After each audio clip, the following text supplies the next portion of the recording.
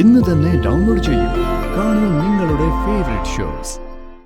അവളുടെ ബോഡി സംസ്കരിച്ചവരാ വരുണും രാധികയും. രാധികയുടെയും വരുണിന്റെ പേരില് ഒരു കുറ്റവും ഇല്ല. ആര് പറഞ്ഞു ഇല്ലെന്ന്?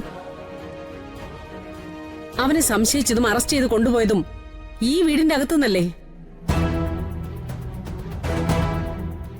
അതെല്ലാം നമുക്ക് അറിയാവുന്ന കാര്യങ്ങളല്ലേ? കോടതിക്ക് സത്യം ബോധ്യമായതുകൊണ്ടല്ലേ അവരെ വിട്ടത്? അതുവരെ അവര് ജയിലിൽ കിടന്നല്ലോ. എല്ലാ തെറ്റും കൂടി എന്റെ തലയിൽ കെട്ടിവെച്ച് എന്നെ കൊലപാതകയാക്കാനാ മറ്റുള്ളവർ ശ്രമിക്കുന്നത്. ഏട്ടൻ എന്നെ രക്ഷിക്കണം. ഞാൻ തെറ്റൊന്നും ചെയ്തിട്ടില്ല. ഏട്ടൻ ആ പോലീസുകാരെ ഒന്ന് വിളിക്കേ.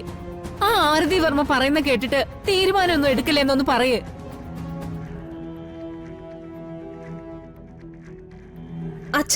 അച്ഛൻ എന്താ ഒന്നും മിണ്ടാതിരിക്കുന്നെ? നമ്മുടെ മുമ്പിൽ നിന്ന് ചെറിയച്ഛനെ അറസ്റ്റ് ചെയ്തുകൊണ്ട് പോയാ അതൊരു നിസ്സാര കാര്യമാണോ?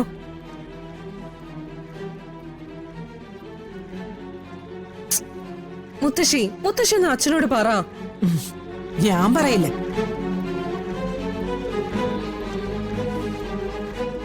വരുണിന്റെ പേരിൽ കുറ്റം ചാർത്തപ്പെട്ടപ്പോ പരമേശ്വരൻ എടുത്ത ഒരു നിലപാടുണ്ട്. തെറ്റ് ചെയ്തവരോട് കാരുണ്യം കാണിക്കില്ലാന്ന്.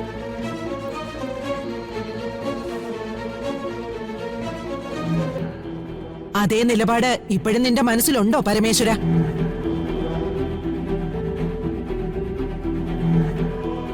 എന്റെ നിലപാടിൽ മാറ്റമൊന്നുമില്ല അമ്മേ.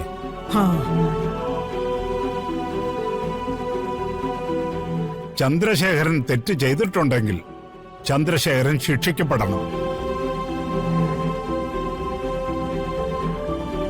ചന്ദ്രേട്ടാ, ഇത് എല്ലാവരും കൂടി കരുതി കൂട്ടിയെടുത്ത തീരുമാനം. ഇവരുടെ ഭാഗത്തുനിന്ന് നീതി കിട്ടുമെന്ന് പ്രതീക്ഷിച്ച് ചന്ദ്രേട്ടൻ ഇവിടെ നിൽക്കണ്ട. ഉർവശി, എന്റെ മോനെ ഇവിടുന്ന് അറസ്റ്റ് ചെയ്തുകൊണ്ട് പോകുമ്പോ നീ ഇവിടെ ഉണ്ടായിരുന്നു കാഴ്ചക്കാരിയായിട്ട്. രാധികയെ ആറ്റുവാശ്ശേരിന്ന് അറസ്റ്റ് ചെയ്തു എന്ന് പറഞ്ഞപ്പോ അത് കേട്ട് ആസ്വദിക്കാനും നീ ഉണ്ടായിരുന്നു.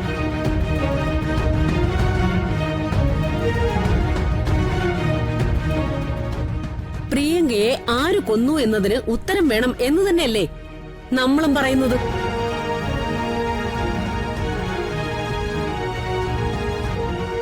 പോലീസുകാർ വരട്ടെ, അവര് കണ്ടുപിടിച്ച കാര്യങ്ങൾ എന്താന്ന് പറയട്ടെ.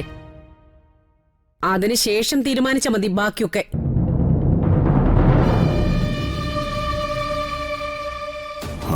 എല്ലാവരുടെയും തനിനിറം എനിക്ക് ബോധ്യപ്പെട്ടു. എടത്തി അസലായിട്ടുണ്ട്. എന്നെ ഒഴിവാക്കാൻ കിട്ടിയ ഒരു അവസരം ഏട്ടത്തി ഉപയോഗിക്കുന്നത് എന്തെന്നറിയോ? കണിമംഗലത്തെ അവകാശങ്ങൾ ചോദിക്കാൻ ഞാനും എന്റെ കുടുംബവും ഉണ്ടാവില്ലല്ലോ.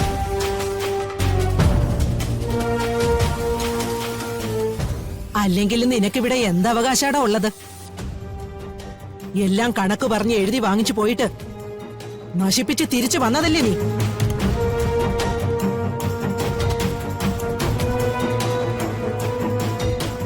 പരമേശ്വരന്റെ ദയവ് കൊണ്ടാ എല്ലാവരും ഇവിടെ കഴിയുന്നേ. അല്ലെങ്കിൽ കയ്യിലിരിപ്പ് കൊണ്ട് എന്നേ അടിച്ചു പുറത്താക്കേണ്ടതാ നിന്നെ നിന്റെ കുടുംബത്തിനെ.